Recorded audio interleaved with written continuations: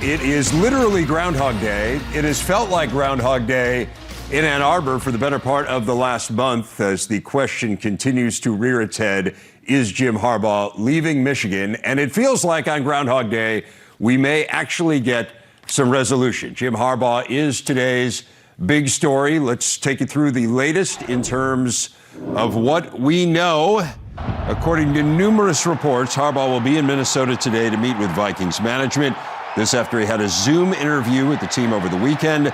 There was a report yesterday the interview's a formality and that the job is his. Though interestingly, there are also some reports of some dissension within the Vikings ownership group. All this happening on what is the second national signing day in college football. It has been a challenge for those trying to get more on this story. Let's take you through a little bit of what we have seen. Chris Thomason, who covers the Vikings for the St. Paul Pioneer Press, had a brief, with the emphasis on brief, phone conversation with Harbaugh yesterday, who told him, quote, "I'm not confirming anything or denying anything," adding, quote, "I appreciate the question, but please don't be offended." So there's that. As for what's happening internally at Michigan, Angelique Chengelis of the Detroit News spoke with Deion Johnson, the father of five-star recruit Will Johnson, who is already enrolled at Michigan. He told her that Harbaugh, quote, told William he is definitely looking, and if an opportunity were to come up, he's probably going to take it. Harbaugh told him he felt the team was going to be good. They're going to win a lot of ball games. They're going to do a lot of good things. But he wants to chase a Super Bowl. That's one of the things on his list, is to be a Super Bowl winning coach. Harbaugh, as you'll recall, lost his only Super Bowl appearance to his brother John. So that's the backstory. As promised, Angelique joins us now. Angelique, what can you add to that summary? What do you know? Well, look, Dave, I've had the unpopular position from really the get-go, from early January. I was definitely leaning 60-40 that Harbaugh was going to leave Michigan for the NFL for a lot of the reasons you mentioned: unfinished business, wanting to get back to a Super Bowl, like he told Will Johnson on Monday. He's 58 years old. He's brought Michigan to a point that I think a lot of people thought he would have in the first few seasons. And he finally got there with that win over Ohio State and a Big Ten championship. It just seemed like the stars were aligned in my opinion. And, you know, I thought I was reading tea leaves from him all season too, just things he would say. I just really think that this was always his goal. I think the Raiders were definitely the team initially. That was the team I heard back in November, Penn State week. And I think the situation there with the GM didn't quite work. So this Vikings opportunity came up. He had a working relationship with the new GM. They overlapped 2 seasons when Jim was with the 49ers. So it just all seems like it's fitting just right for him. It's clear he wants the job, right? I mean, I don't think anyone would put themselves through this if they didn't want the job. He clearly wants it. He clearly wants to go to the NFL. Any sense of why? I mean, is it simply the unfinished business? Is it simply winning the Super Bowl and raising the Lombardi Trophy? Is there something else to it beyond that? Well, it is simply that in one layer of this. And, you know, with Jim Harbaugh, there are multiple layers. And look, you go back to that 2020 season, they went 2-4. He had not signed a contract extension yet. He had 1 year left on his original contract. And, you know, he had met with Ward Manuel early in 2020. There was a deal on the table and it was not signed. I think that there were issues with it that Harbaugh had. Then the pandemic hits. Then, you know, he kept saying, look, we'll get to it. We'll get to it.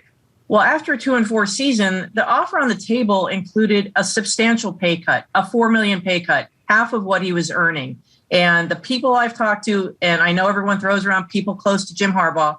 I did speak to people close to Jim Harbaugh, and it was a gut punch. It was a gut punch getting a $4 million pay cut. And there were hurt feelings on his end. Yes, there were the incentives. And he could work his way back and eventually did. And as we all know, he gave his $2+ million of incentive bonus back to the university to give to people in the department who had taken pay cuts in 2020.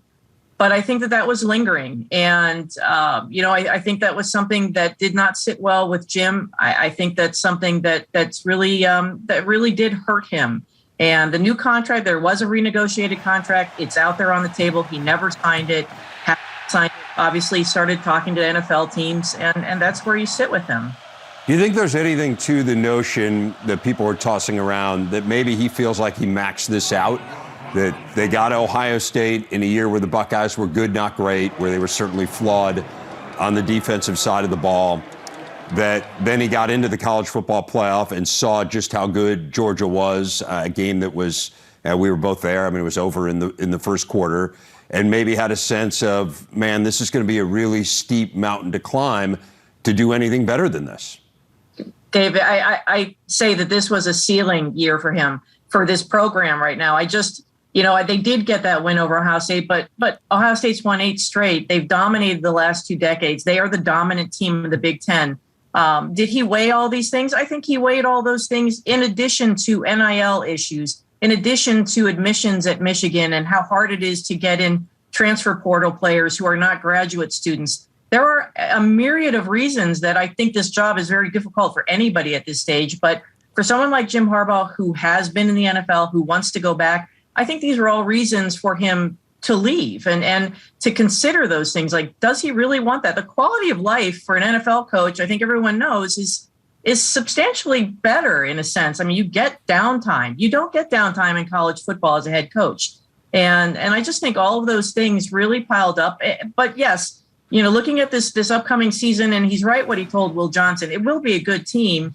They're very good on offense, but they do lose a lot on defense, not to mention their defensive coordinator, Mike McDonald, went back to the Ravens. So a lot of losses on that side of the ball. And I do feel like, this will be a good program. Will it be elite? Time will tell, but I think that was a ceiling year for this program. And it is interesting what you bring up, not just that it's different at Michigan, but that it's different everywhere. And in talking to coaches throughout college football and college basketball, I have gotten that feedback as well, that the transfer portal and NIL, it's just a different job. Is it a better job or a worse job? I don't think you get into that. I think it's all in the eye of the beholder, but it is a very different job than Jim Harbaugh took 7 years ago. Just as any coach who's been in their job for more than 2 or 3 years now will tell you, the job of being a college head coach in this day and age is very different than it was a few years ago. Let's stay with Harbaugh, though.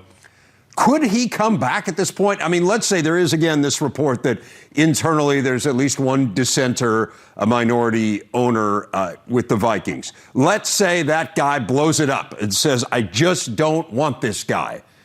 How could he come back at this point? Like, what would he say, Angelique? I think it would be really, really difficult. I'm not saying he's burned bridges. I don't think he's done that. He loves Michigan. He really does. It's part of his DNA. And, I just think he's made a decision to leave. And everything I've heard from people I trust is that he wasn't getting on that plane to go to Minnesota if he wasn't getting that job. So I think there's also a fallback too, potentially. And I want to use air quotes around fallback, but the Dolphins, that's a situation that maybe Stephen Ross then swoops in and hires Jim Harbaugh. Obviously, Stephen Ross is a Michigan alum and an enormous donor to the program and to the school. So there is that opportunity. But yes, I mean, for him to come back, it would be, I think he's really, as much goodwill as he generated with fans this past season, I think he's lost a lot of that with this month-long duration of what's he doing? Why hasn't he signed? Where is he going? What's in his head? And I think that it's just a 7-year itch. And I think that maybe on both sides, they're ready to move on.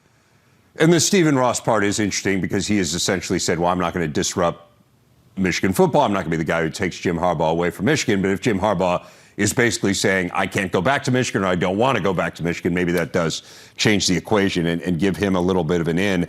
You mentioned that this is kind of both sides here potentially. What's the mood internally at Michigan? Are we at a point now where people are just like, all right, enough's enough, let him move on? I do. I think so. And I've talked to different people in the administration over this past month, and the general sense is either way, we're okay. So either if he came back or if he left. So, Ward Manuel, Michigan's athletic director, this is not his first rodeo with this situation. Obviously, he hired Juwan Howard when John Beilein moved on to the NBA. He's had similar situations at UConn when he was athletic director there. athletic directors always have a list, as you know, Dave. I mean, maybe they keep it on a napkin, they scribble names down, maybe just keep it in their head. But they have an idea of candidates that they would definitely go to and interview in the case that a head coach moves on. So I think that there's just definitely a sense of, Ward Manuel is a pretty calm guy, and I think he's very much in control. So I think that he has that approach has really kind of permeated the athletic department, even the administration, that he's got it under control. They're going to be fine post Jim Harbaugh, if that's the case. And, that's where they're going. They're going to move forward, I think, pretty quickly. Let's talk about the names on the napkin then, Angelique. You hear Matt Rule thrown around. Mm-hmm. Obviously, he has a job right now in the NFL, but there are certainly rumors he might be open to returning to college football. I think Bill O'Brien potentially makes sense. Does Luke Fickell, an Ohio State guy, decide he would be comfortable going and working for Michigan? What's your sense of the external candidates? And then, internally, you obviously have Mike Hart, who is a favorite son. You have Josh Gaddis, who's done a nice job with the offense. Where do you think they go? Well, starting with the outside candidates, I mean, Matt Rule is a name that I've heard for several weeks now, and from people at Michigan. I think he's a legitimate candidate. He has he has struggled a little bit at the Carolina Panthers. He's got a big contract. I don't think money's going to be a big issue at Michigan and what they're willing to offer. But I think he's had college experience, obviously, and at Baylor. And interestingly, you mentioned Bill O'Brien, who I also think is a candidate. They both have Penn State experience, and both obviously with the college background. If it's me, I think you have to look seriously at Luke Fickell. And I think that, yes, he's an Ohio State guy through and through, but I think we've seen it before in the Michigan world that Ohio State players and coaches have made the move here. I mean, you look at Bo Schembechler, you look at Gary Moeller, who was a captain at Ohio State and became a head coach at Michigan. So I just don't know how Luke Fickell thinks about that, but I do think you make a run at him. Internally, I mean, you mentioned both of the candidates. Josh Gaddis, who was offensive coordinator the past few years and won the Broyles Award. But, the one thing about Michigan, and I know you know this, Dave, is they like to stay in their Michigan man world. And they departed that with Rich Rodriguez. And you can say that Brady Hoke was part of the Michigan man fold, even though he didn't graduate from Michigan. He was on that staff in '97. He was very much a part of the Michigan lifeblood there. I mean, he really gets it. So with that in mind, I think you look at Mike Hart very seriously. And I know he hasn't been a coordinator. And our friend Jerry DiNardo and I discussed this before the Orange Bowl. I don't think being a coordinator is really the stepping stone you have to become a head coach. He was an associate head coach at Indiana. He understands the administrative side of being a head coach. But beyond that, he's a guy the players love and they trust him. And, he really gets everything that Michigan is. So I think that weighs very heavily in Mike Hart's favor if they're going to look internally. So, but I think those are the names you named are the ones that I think Josh Gaddis that Ward Manuel probably has scribbled on that napkin. Yeah, it's interesting. I was thinking about the Mike Hart situation. It's hard not to liken it a little bit to Pat Fitzgerald at Northwestern, a guy who kind of personified the program and what it's all about, was very young, obviously very different circumstances, tragic circumstances when Randy Walker passed away. But Pat Fitzgerald also had never been a coordinator, but was seen as kind of a future head coach. And they just fast forwarded a little bit and made him the head coach. And obviously this past year aside, it has been a rousing success. So that'll be a fascinating decision for Ward Manuel as to whether you go outside or inside. I do want to ask you about National Signing Day, because it's just so weird to me, this juxtaposition of here you have a coach interviewing for another job. Now, look, this second National Signing Day is minuscule compared to the first one, but does that alter anything for Michigan today? It doesn't. It's really just perception. I mean, it really just looks weird that it is National Signing Day. Michigan was not planning on signing any new recruits today. They signed our class in December, as you said. And they've got about 14 players already enrolled and going through winter conditioning to get ready for spring practice. But it just looks weird. And I don't think, I talked to CJ Stokes, who is a running back who's coming into Michigan He will arrive in June. He's not an early enrollee. And he just said, look, I mean, during this whole process, coaches in Michigan told me, don't just come here because of a coach. Come here because it's Michigan, because you want to get a degree. And that's his approach. And he said he's been on a regular group chat on their text messages with all the 2022 freshmen. And he said that is definitely the pulse, that no one's in panic mode. They're all going to consider what's next, who's the next coach before they make any decisions. So I don't think you're going to see anybody jumping into, it's not the portal. They'll work on trying to get waivers out of their national intent letter, signing that, and whether they can get out of that, which more than likely they could if they wanted. But he said right now it's very calm among these freshmen. So it'll be interesting to see if any of the upperclassmen decide to move on. But as Deion Johnson pointed out to me, when he spoke to Will, he said, look, remember when Brady Hoke was fired, Jim Harbaugh came in, a lot of those upperclassmen stayed.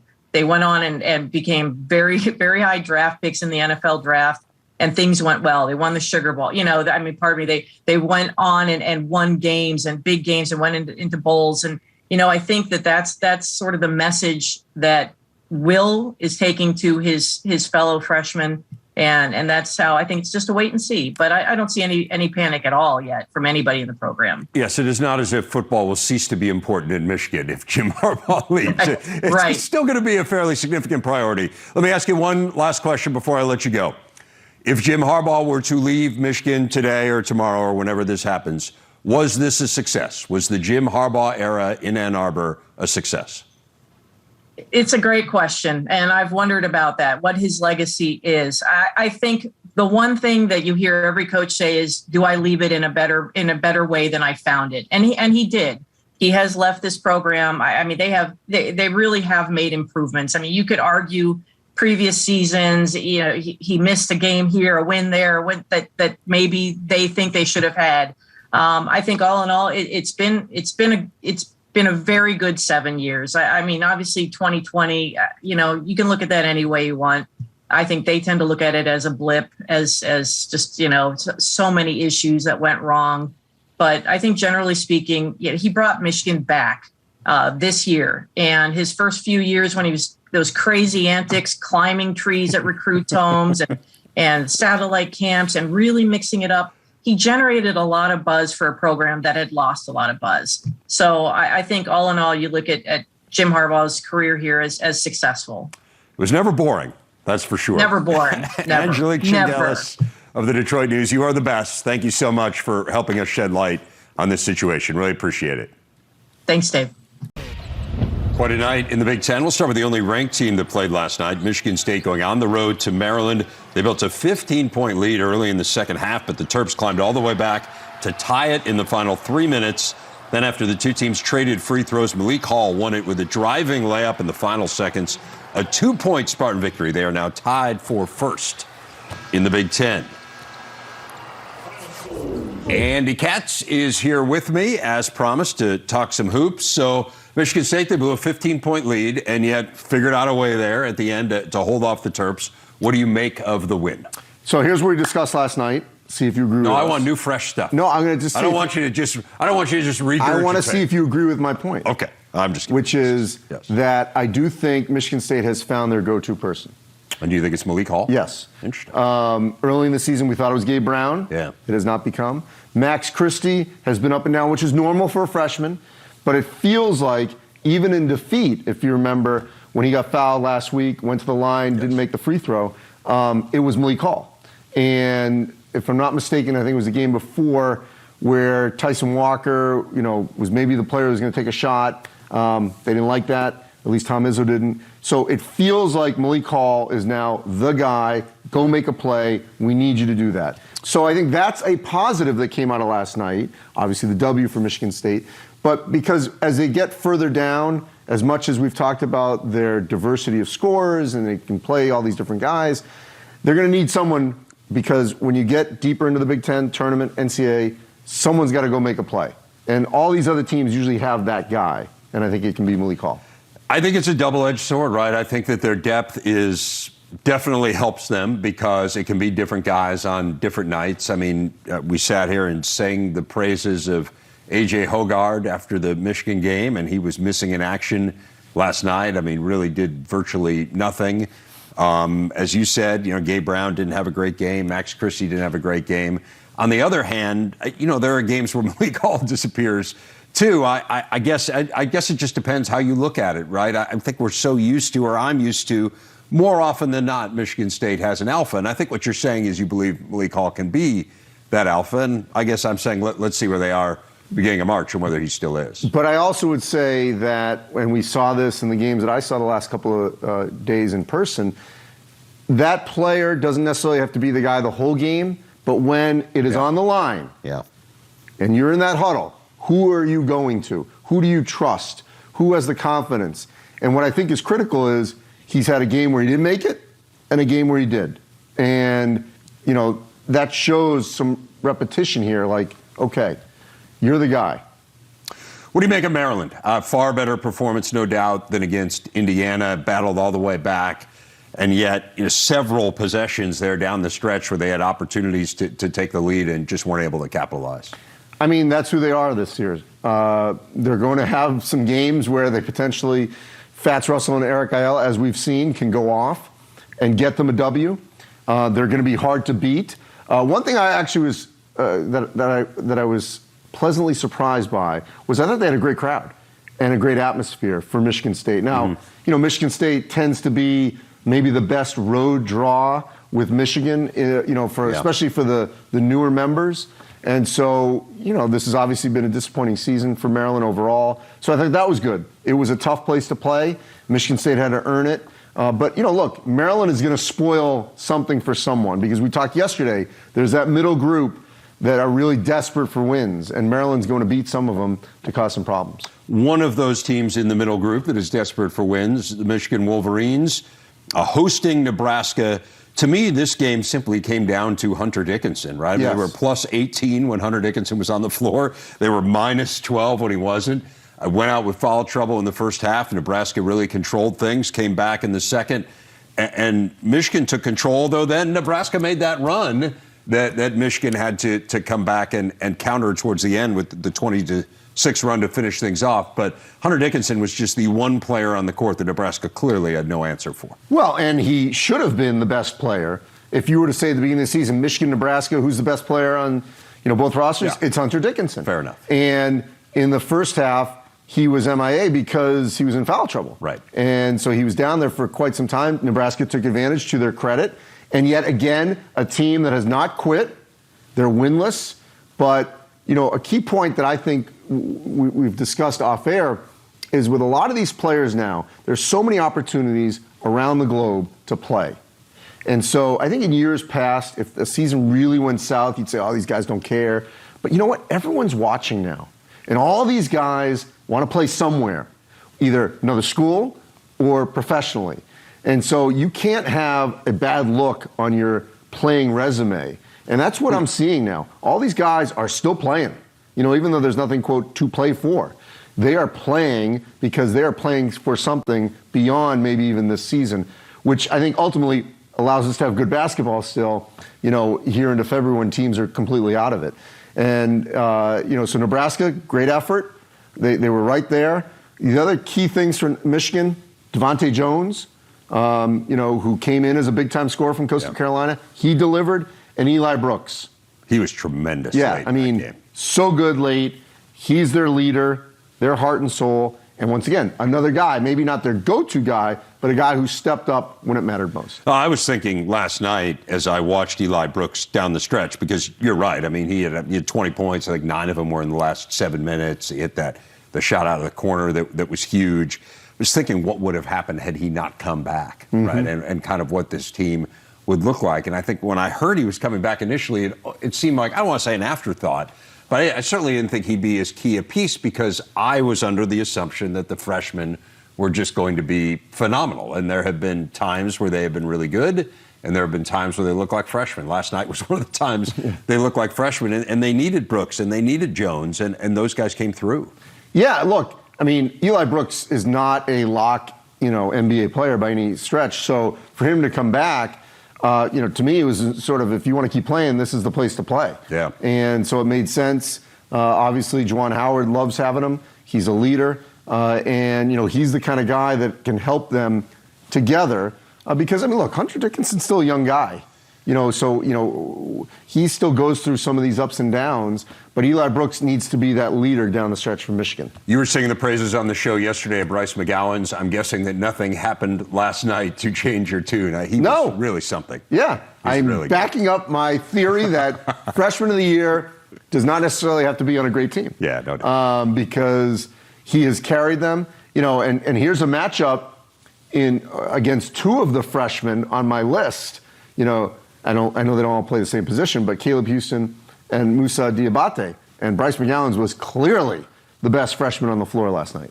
Still a loss for Nebraska. They've lost 9 in a row now. They host Northwestern on Saturday, which feels like a golden opportunity for Nebraska to get a chance to break through. That being said, Northwestern figured out a way. I had a front row seat for this one, calling it last night. It was one of these stranger games I've called. Northwestern up by 24 points in the second half, and Rutgers came all the way back to take the lead in overtime. They got it into overtime, took the lead in overtime, and then Northwestern managed to pull it out. What do you take from this game? Well, first of all, you called it the feed from Mulcahy to Cliff Amori.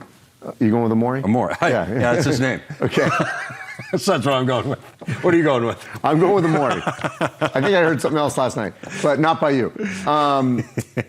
That was phenomenal. It was incredible. Absolutely phenomenal. Okay, he was unbelievable. Yes, the way he drew the defense and Amori's athleticism.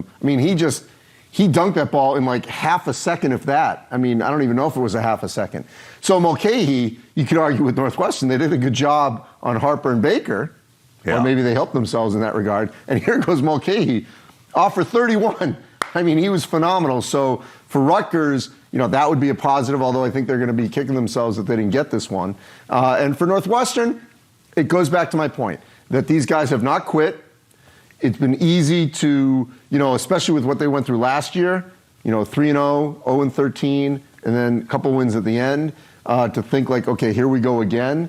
And yet they have kept fighting, and it's been remarkable how many of their games have come down to the late possessions. I think you could make an argument, however, that this is one that should not have come down. Correct. Right? They were completely flummoxed by the zone.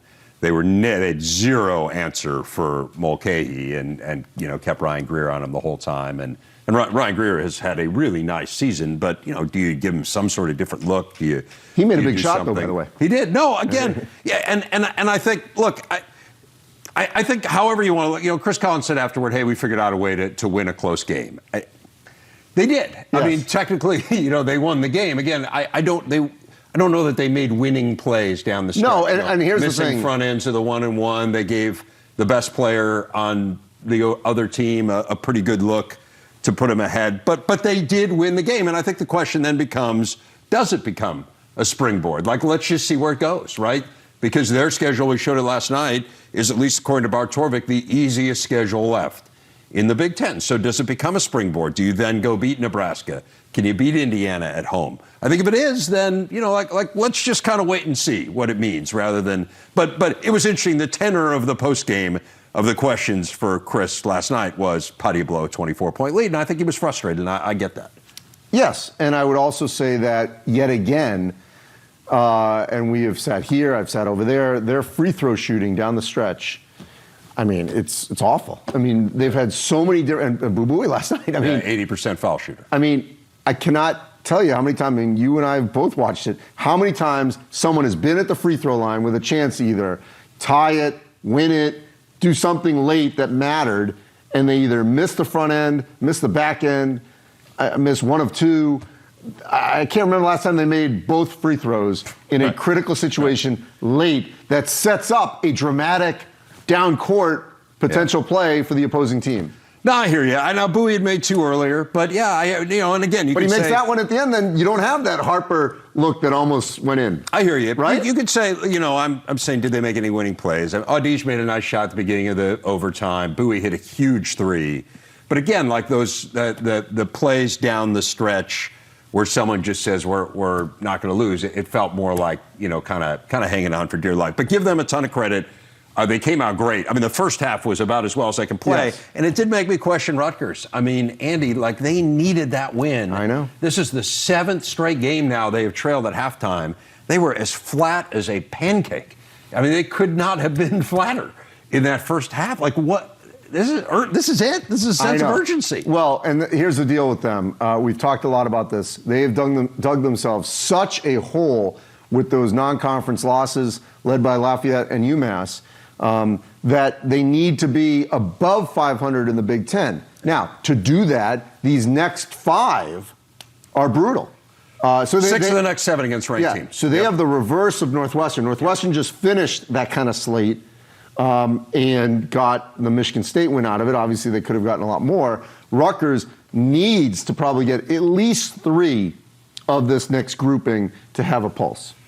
I agree with you. I'm not sold that they can do it. I know. But I'd love to be proven wrong. I'd love for this to be a springboard where Rutgers says, man, that second half showed us what we can be. Teams are going to have, maybe Mulcahy gets a even bigger boost of confidence. He's never been a great never been a great scorer. Right. He is a great facilitator and one of the best passers, I think, in the league. But maybe that gives them a third scoring option. And maybe Northwestern does say, hey, we proved we can win close games, and they go on a big run. But that wasn't how I saw it coming out of the arena on either side.